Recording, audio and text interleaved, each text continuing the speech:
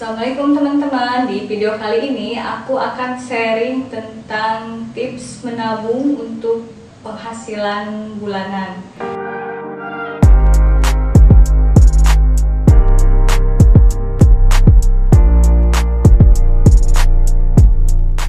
Nah, karena ini udah sering ditanya di Instagram, jadi aku putusin untuk bahasnya juga di sini. Tapi teman-teman jangan lupa ya, harus nonton dari awal sampai akhir biar kalian paham. Kita langsung aja ya ke penjelasannya.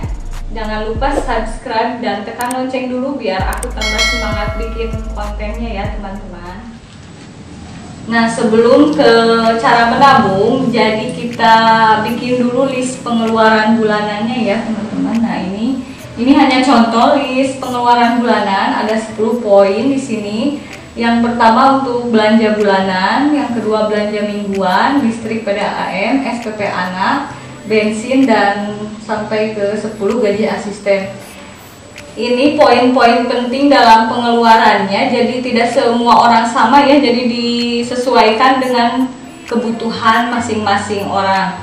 Nah, untuk nominalnya juga ini dicontohkan aja ya, bukan seperti ini, jadi disesuaikan dengan penghasilan kalian aja masing-masing. Ini contoh belanja bulanan, misalnya 1 juta. Nah, di dalam belanja bulanan kan enggak selalu habis 1 juta ya, kadang-kadang di bulan ini habis 900 atau habis 800.000. Nah, jadi untuk ditabung itu sisa dari belanja. Misalnya untuk bulan ini sisa belanjanya 100.000, jadi cuma belanja 900.000 ya. Kita tulis, kita belanja 900.000, jadi sisanya ada 100.000. Nah, untuk belanja mingguan, ini kan 1 minggu sekali ya belanjanya. Misalnya kita dalam 1 minggu budgetnya 200.000, sisanya misalnya dalam 1 minggu 20.000. Jadi kita tulis 4 ya, dalam 1 minggu kan ada 4, dalam 1 bulan kan ada 4 minggu, 4 kali 20.000.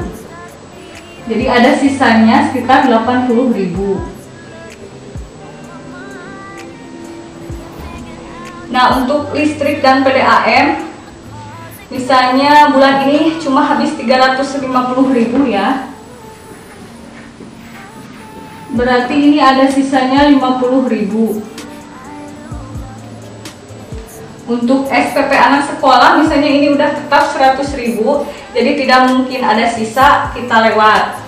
Untuk bensin misalnya ini bensinnya udah harus dicukup-cukupin sebulan 200.000, jadi tidak mungkin ada sisa, jadi kita lewat. Nah, untuk jajan anak biasanya ini ada sisa ya, misalnya dalam 1 bulan hanya habis 300.000 misalnya ya, jadi ini hanya habis 300.000, berarti masih ada sisa 100.000. Untuk pulsa dan wifi ya, misalkan ini udah tetap 350.000, jadi nggak akan ada sisa. Nah, untuk baju anak, makan di luar atau piknik, ini misalnya harus dicukup-cukupin segini, jadi nggak akan ada sisa budget. Untuk kebutuhan tak terduga juga, misalnya ini udah nggak bisa ada sisa, jadi tidak ada yang bisa ditabung misalnya ya. Dan untuk yang terakhir ini gaji asisten juga tidak bisa ada sisa karena ini udah budget maksimalnya segini ya. Nah, jadi untuk sisa-sisa ini yang di sini, ini yang bisa ditabung ya teman-teman. Nah, jadi ini kalau misalnya setiap habis belanja bulanan ada sisa 100.000, itu jangan dinanti-nantikan, harus langsung dimasukin tabungan atau celengan di rumah. Begitu juga yang belanja mingguan yang ini. Jadi misalnya dalam 1 minggu sisa 20.000, itu harus langsung ke celengan, jangan ditunda-tunda lagi. Nah, habis bayar listrik atau PDAM juga sama. Jadi setelah bayar ada sisanya langsung dimasukin ke celengan.